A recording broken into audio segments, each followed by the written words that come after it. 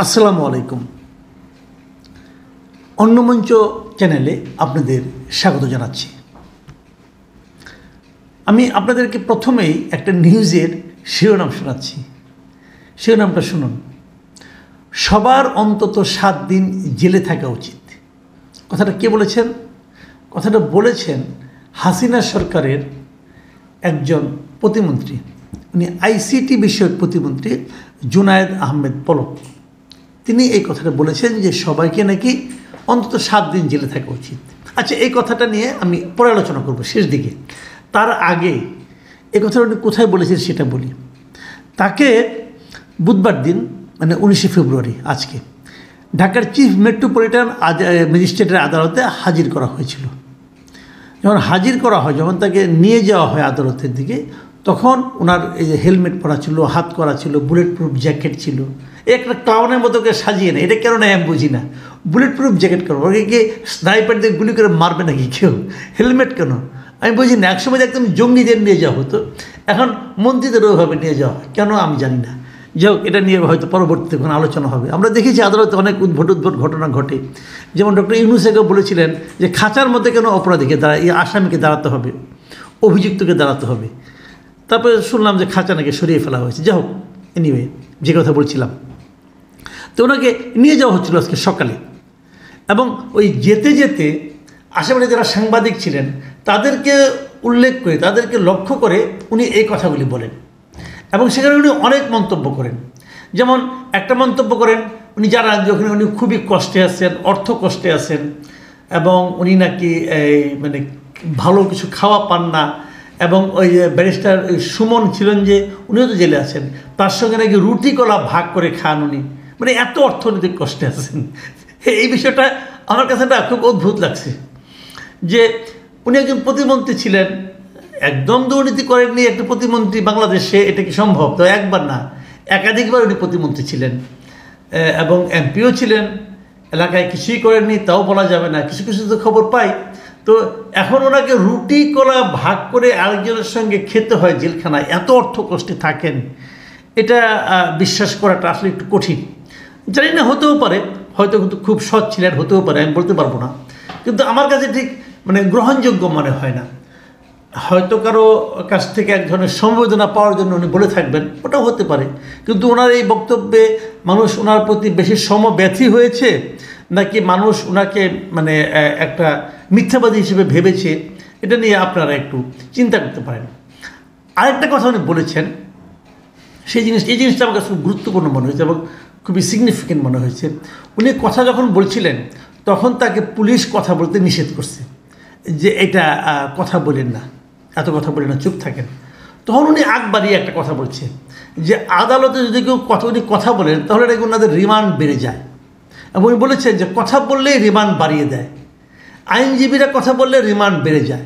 মানে ওনার হয়ে যদি কোনো আইনজীবী কথা বলেন আদালতে, তখন নাকি ওনার রিমান্ড নাকি আরও বাড়িয়ে দেওয়া হয়।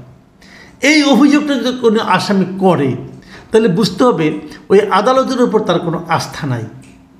এটা কিন্তু আদালতের জন্য আমি মনে করি একটু খুব চিন্তার বিষয়। আদালতকে আমি ভেবে দেখার অনুরোধ করব কেন এমন হচ্ছে।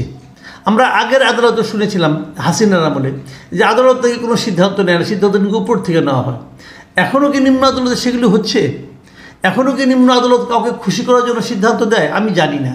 কিন্তু এই ধরনের অভিযোগ যখন আসে তখন সেই অভিযোগের লক্ষ্যটা কিন্তু আদালতকে লক্ষ্য করে করা হয়। এবং আদালত এই ধরনের অভিযোগকে এনজয় করে নাকি বিব্রত হয়, এটা আদালতকে চিন্তা করতে হবে।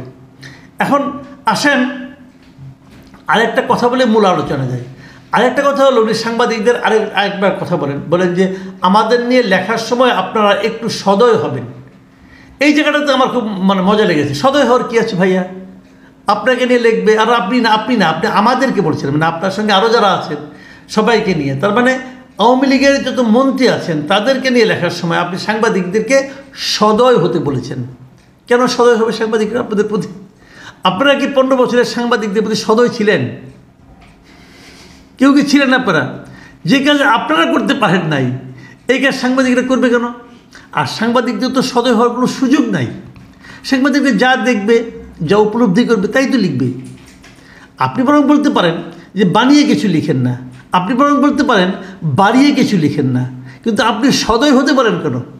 সাংবাদিকের তো সদয় হওয়ার কোনো সুযোগ নাই রে ভাই। ওনারা সবার প্রতি সদয়, ওনারা সবার প্রতি নির্দয়, এটাই সাংবাদিকতার নিয়ম। যা হোক, এখন মূল কথায় আসি। মূল কথা কোনটা? সেই যে উনি বলেছেন, ওনার কথাটা আমি হুবহু পড়ে শোনাই। জেলখানার জীবন মারাত্মক শিক্ষার, সবার অন্তত 7 দিন জেলে থাকা উচিত। যদি কখনো কারাগার হতে বের হতে পারি তখনও এই কথাই বলবো। এই যে কথাটা উনি বলেছেন, এটা শুনে অনেকে ভাববেন হয়তো বাহ, একটা দারুণ কথা বলছেন, কিন্তু আমি এটাকে দারুণ মনে করি না। আমি এটাকে খুবই একটা আপত্তিকর কথা মনে করি। দেশের সবাইকে কেন একবার জেলখানায় থাকতে হবে? জেলখানা থেকে আমি কী শিক্ষা নেব? আপনি জেলখানায় গিয়ে শিক্ষা নেওয়ার জন্য গেছেন? আপনার কোনো শিক্ষা হয়েছে ভাই? আপনি জেলখানায় কেন গিয়েছেন? আপনি কি জেলখানায় যাওয়ার মতো কোনো অপরাধ করেন নাই? আপনি যদি এই কথাটা বলতেন তার পরিবর্তে যে এমন অপরাধ কখনো করেন না যে অপরাধ করলে আপনাকে জেলখানায় আসতে হয়, যদি আপনি এই কথাটা বলতেন তাহলে আমি ভাবতাম যে না, আপনার মধ্যে কিছু আত্ম উপলব্ধি হয়েছে। কিন্তু আপনার তো আত্ম উপলব্ধি হয় নাই। আপনি বরং আপনার জেলে যাওয়ার ব্যাপারটাকে ফান হিসাবে নিচ্ছেন। মানে আপনি বলতে চাচ্ছেন যে সে এমন একটা পরিস্থিতি তৈরি হয়েছে যে যেখানে নিরপরাধ লোককে জেল খাটতে হয়। পৃথিবীতে সব দেশে কিছু কিছু নিরপরাধ লোক পরিস্থিতির ফেরে পড়ে জেলখানায় যায়, পরিস্থিতির ফেরে পড়ে যায়, কিন্তু আপনি তা জাননি। আপনি হাসিনা সরকারের মন্ত্রী ছিলেন 2 দফা, এবং মন্ত্রী থাকাকালীন আপনি হাসিনার প্রশংসা করতে করতে মুখ দিয়ে ফেনা তুলে ফেলেছেন। তারপরে আপনি আইসিটি মন্ত্রণালয়ে ছিলেন, মানুষকে আপনি কী না করেছেন। সর্বশেষে আন্দোলনের সময় আপনি ইন্টারনেট বন্ধ করে দিয়েছেন। আপনি দিয়েছেন। আপনি বলছেন যে প্রাইম মিনিস্টার নির্দেশে দিয়েছেন, আর প্রাইম মিনিস্টার যদি বলতো আপনাকে যে মানুষ খুন করে আসে, তাই করতেন। যে এই সমস্ত অজুহাত দিচ্ছেন কেন? আর এখন আমার সঙ্গে ফাজলামো করছেন যে আমাকে যে জেলখানায় যেতে হবে 7 দিনের জন্য, অভিজ্ঞতা অর্জন করার জন্য। কেন? আপনি আপনার কৃতকর্মের জন্য সাজা পাচ্ছেন, সেই সাজা আপনি সবাইকে অর্জন করতে বলছেন, অভিজ্ঞতা অর্জনের জন্য করতে বলছেন কেন? এটাকে আপনি বলতে পারেন? পারেন না। তার মানে হচ্ছে কি, এদের নিয়তে গণ্ডগোল আছে।